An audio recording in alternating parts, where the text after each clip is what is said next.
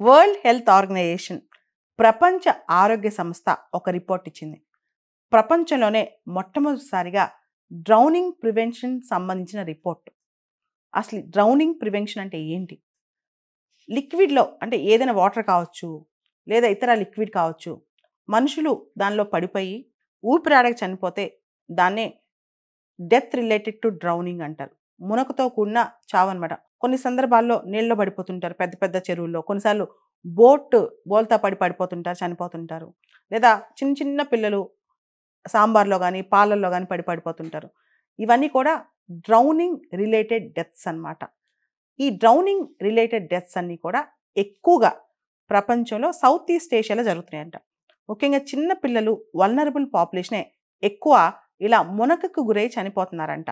అసలు డ్రౌనింగ్ అంటే ఏంటి? ఇక్కడ డ్రౌనింగ్ అంటే మనిషి ఏదైనా లిక్విడ్ ద్రవ్య పదార్థంలో మునిగి ఊపిరాడక చనిపోవటం అన్నమాట.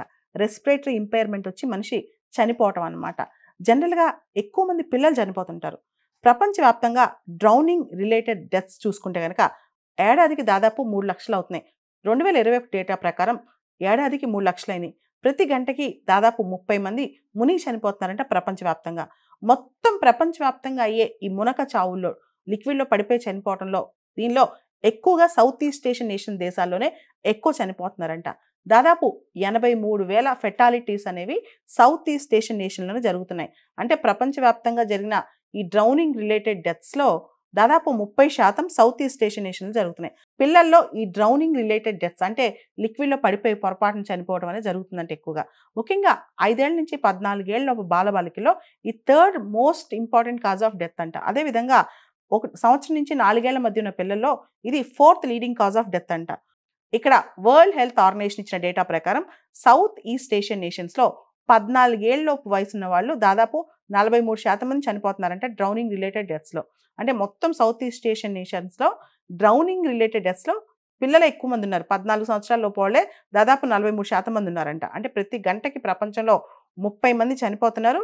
ప్రతి సంవత్సరం ప్రపంచంలో దాదాపు 3,00,000 మంది చనిపోతున్నారు.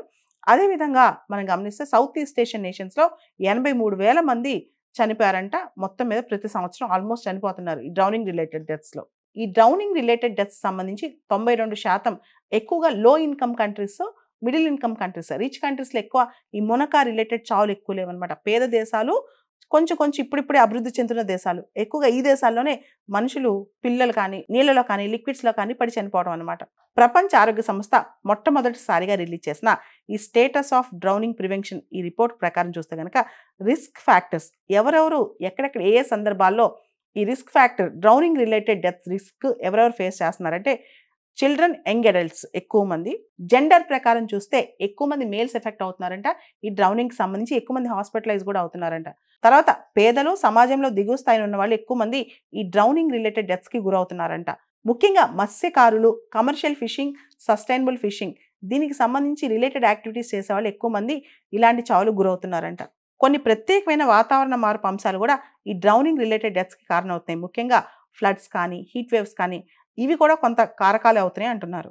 చిన్న చిన్న తెప్పల మీద, పడవల మీద ప్రయాణం చేస్తూ సేఫ్టీ మెజర్స్ తీసుకోకపోవటం, అదేవిధంగా సముద్రాలు ఒక్కోసారి దాటి అంటే రెఫ్యూజీస్ శరణార్థం కోసం ఒక దేశం నుంచి ఇంకో దేశానికి పాస్‌పోర్ట్, వీసా లేకుండా తప్పించుకుని పారిపోవటం, ఆ సందర్భంలో వాటర్ వేని రూట్‌గా ఎతుక్కోవటం, ఇలాంటి సందర్భాల్లో కూడా డ్రౌన్ అయిపోయి చనిపోయే అవకాశాలు ఎక్కువగా ఉన్నాయని చెప్పి రిపోర్ట్ చెప్తోంది. వరల్డ్ హెల్త్ ఆర్గనైజేషన్ రిలీజ్ చేసిన మొట్టమొదటి global status on drowning prevention రిపోర్ట్‌లో ప్రివెన్షన్ ఎలా చేయొచ్చు అనే దాని మీద కూడా ఎక్కువగా ఫోకస్ పెట్టారు. ముఖ్యంగా బావులు, కుంటలు, చెరువులు చిన్న చిన్న బావులైతే కవరింగ్ యాక్టివిటీస్ కానీ, కుంటలు, చెరువుల దగ్గర ఫెన్సింగ్ యాక్టివిటీస్ కానీ, అదేవిధంగా స్విమ్మింగ్ పూల్స్‌కి ప్రాపర్‌గా ఫెన్సింగ్ కానీ, వాటర్ హజార్డ్స్ ఎక్కువ ఉన్నప్పుడు, వాటర్ ఎక్కువ అవుతున్నప్పుడు కంట్రోలింగ్ చేయటం గానీ, అంటే ఉదాహరణకి ఇప్పుడు నాగార్జున సాగర్ గేట్లు ఎత్తేస్తున్నారు. ఆ టైంలో ముందే ప్రివెన్షన్ మెజర్స్ ప్రాపర్‌గా ఇవ్వటం కానీ, చిన్న పిల్లలకి స్కూల్లోనే ప్రాపర్‌గా అవేర్‌నెస్ తీసుకొచ్చి స్విమ్మింగ్ యాక్టివిటీస్‌కి సంబంధించి వాళ్ళకి స్విమ్మింగ్ లాంటివి నేర్పించటము.